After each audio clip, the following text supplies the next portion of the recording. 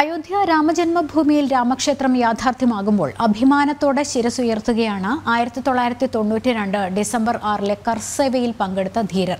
വൈദേശിക ആധിപത്യത്തിന്റെ പ്രതീകം തകർന്നടിയുമ്പോൾ ദേശഭക്തിയിൽ നിന്നും ഉയർന്ന ശ്രീരാമ മന്ത്രങ്ങൾ മാത്രമായിരുന്നു കർസേവകരുടെ മനസ്സിൽ എന്ന് 25-ാം വയസ്സിൽ കർസേവകനായി അയോധ്യയിലെത്തിയ എറണാകുളം മരട് സ്വദേശി PL പ്രദീപ് പറഞ്ഞു. പ്രതികൂല സാഹചര്യങ്ങളോടെല്ലാം പടപൊരുതി കർസേവയിൽ പങ്കെടുത്തത് 30 വർഷത്തിനിപ്പുറവും തെളിമയുള്ളൊരു ഓർമ്മയാണ് പ്രദീപിന്. രാമഭക്തരുടെ ചിരകാല അഭിലാഷമായിരുന്നു അയോധ്യയിൽ രാമക്ഷേത്രം ഉയരുകയെന്നത്.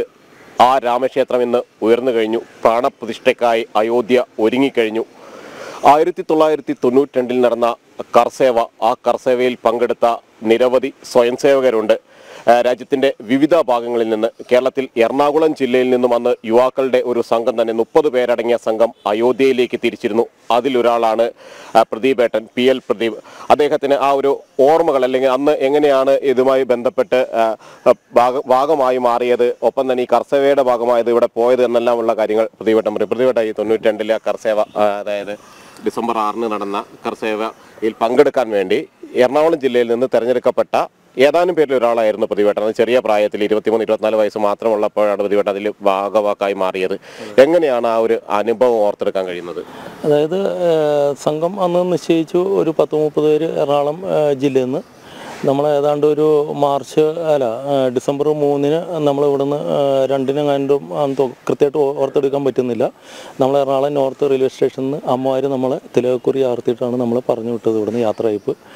ഏതാണ്ട് ഒരു 4-ാം തീയതി വെളുപ്പിന് 2 മണിയോടുകൂടി നമ്മളവിടെ അയോധ്യയിലെത്തി.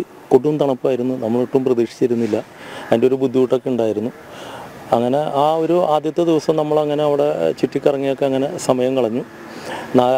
പിന്നെ 5-ാം തീയതി എന്ന് പറയുമ്പോൾ ഡിസംബർ 6 തലേ ദിവസം ഒരു റിഹേഴ്സൽ നിലയ്ക്ക് നമ്മളിങ്ങനെ ഓരോ സ്റ്റേറ്റിൽ നിന്ന് വന്നവർ കാലത്ത് 6 മണിക്ക് തന്നെ സരയൂ നദിയിൽ പോയിട്ട് അവിടെ നിന്ന് 1/2 കിലോമീറ്റർ 1 കിലോമീറ്റർ ദൂരമുണ്ട്.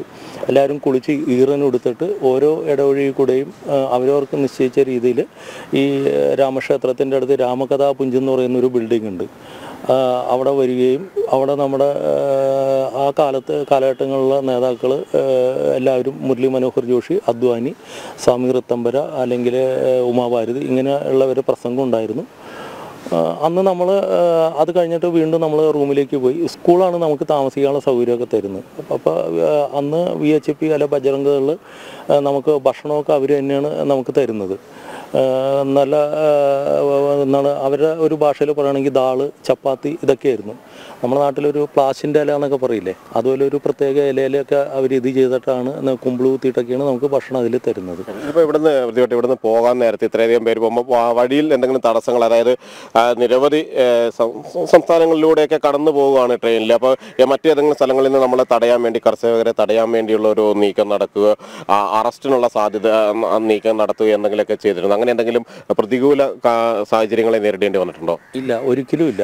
നമ്മൾ ഒരു തടസ്സവും ഇല്ലാതാണ് അവിടെ എത്തിയത്. ആദ്യത്തെ 90 കർഷകർക്ക് പോയവർക്കാണ് ഈ ബുദ്ധിമുട്ടുകളൊക്കെ. അവർ ഝാൻസിയിൽ ലക്നൌവിലൊക്കെ വെച്ച് തടഞ്ഞു, അവിടെ എത്താൻ പറ്റിയില്ല.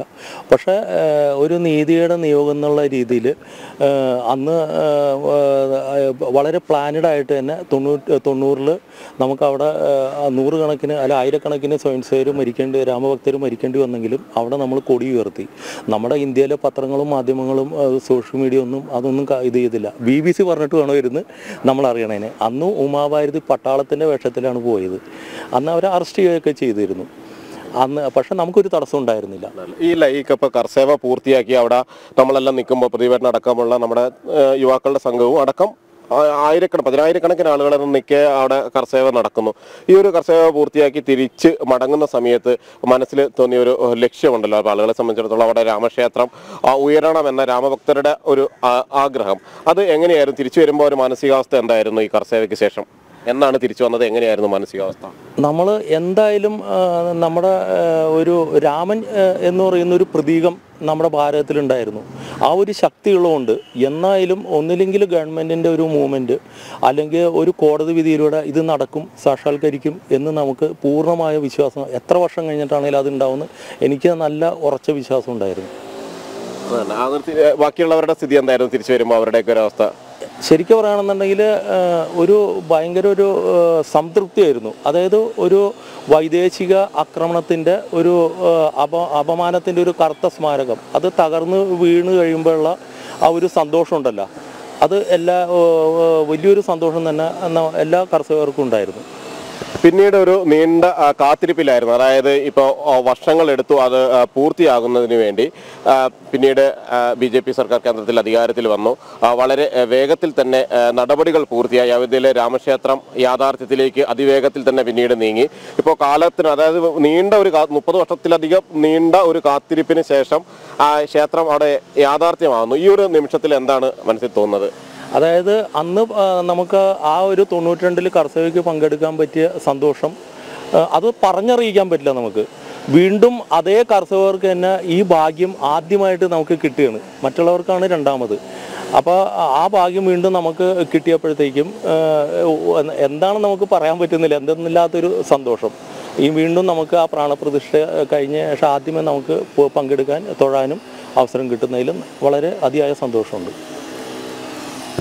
തീർച്ചയായും ഇതുപോലെ പ്രദീപേട്ടനെ പോലെ PL പ്രദീപ്, അദ്ദേഹത്തെ പോലെ മനസ്സിൽ ആഹ്ലാദഭരിതമായ നിമിഷങ്ങളിലൂടെ കടന്നു പോകുന്ന ലക്ഷക്കണക്കിന് രാമഭക്തരിൽ നിരവധി ആളുകളുണ്ട്. അവരിൽ കർസേവയിൽ പങ്കെടുക്കാൻ കഴിഞ്ഞിട്ടുള്ളത് ഏതാനും പേർക്ക് മാത്രമാണ് എങ്കിൽ മറ്റുള്ളവരുടെ എല്ലാം തന്നെ അവരുടെ എല്ലാം ആഗ്രഹമാണ് അവിടെ സഫലീകരിക്കപ്പെടുന്നത്. കർസേവയിൽ പങ്കെടുത്തവരെ സംബന്ധിച്ചിടത്തോളം അവർ ഒരു വലിയ ചരിത്ര ദൗത്യത്തിന്റെ ഭാഗമായി മാറുന്നു. ഒടുവിൽ ആ ചരിത്ര ദൗത്യം പൂർത്തിയാക്കി അവർ മടങ്ങുന്നു. അന്ന് മുതൽ ക്ഷേത്രം യാഥാർത്ഥ്യമായി നിർമ്മാണം പൂർത്തിയായി വരുന്ന, അവിടെ തൊഴാൻ കഴിയുന്ന ഒരു സാഹചര്യത്തിനായുള്ള കാത്തിരിപ്പ് നീളുന്നു. ആ കാത്തിരിപ്പിന് കൂടി പരിസമാപ്തി വരുമ്പോൾ അതിൻ്റെ പൂർണ്ണതയിൽ തന്നെയാണ് കർസേവകരുമുള്ളത്. ക്യാമറാമാൻ മനുവിനൊപ്പം ജിജീഷ് കരുണാകരൻ, ജനം, കൊച്ചി.